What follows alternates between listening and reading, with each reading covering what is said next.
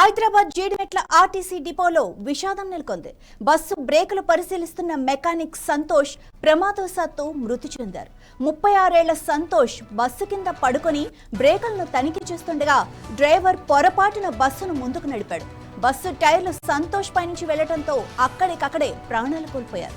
ఈ ఘటన డిపోలోని తోటి కార్మికులను తీవ్ర దిగ్భ్రాంతికి గురి చేసింది. వెంటనే స్పందించిన ఇతర సిబ్బంది సంతోష్ను ఆసుపత్రికి తరలించే ప్రయత్నం చేశారు. కానీ అప్పటికి ఆయన మృతి చెందారని వైద్యులు ధృవీకరించారు.